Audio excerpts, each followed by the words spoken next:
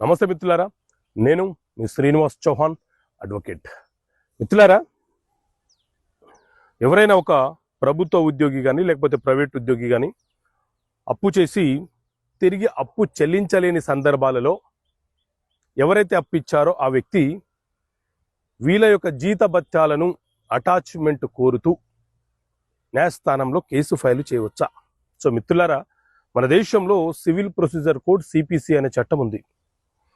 ఇందులోని order 21 rule 48 ప్రకారంగా ఎవరైనా ఒక ప్రభుత్వ ఉద్యోగి అప్పు చేసి తిరిగి అప్పు చెల్లించలేని పరిస్థితులలో అప్పిచ్చిన వ్యక్తి ఎవరైతే ఉన్నారో ఆ వ్యక్తి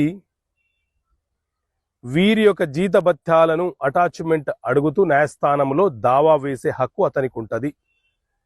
అదే ఆర్డర్ 21 రూల్ 48A ప్రకారంగా ఒకవేళ అతను కనుక అంటే అప్పు తీసుకున్న వ్యక్తి కనుక ప్రైవేట్ ఉద్యోగి అయితే అతని యొక్క జీతభత్యాలను కూడా అటాచ్మెంట్ అడుగుతూ మనం న్యాయస్థానంలో కేసు ఫైల్ చేయవచ్చు. అప్పు తీసుకొని ఎగవేయాలన్న కోణంలో ఈ ఉద్యోగులు ఉన్న సందర్భాలలో మనము వారి జీతభత్యాలను అటాచ్మెంట్ అడిగే హక్కు అప్పిచ్చిన వ్యక్తికి ఉంటుంది. Okay friends, thank you. జై హింద్.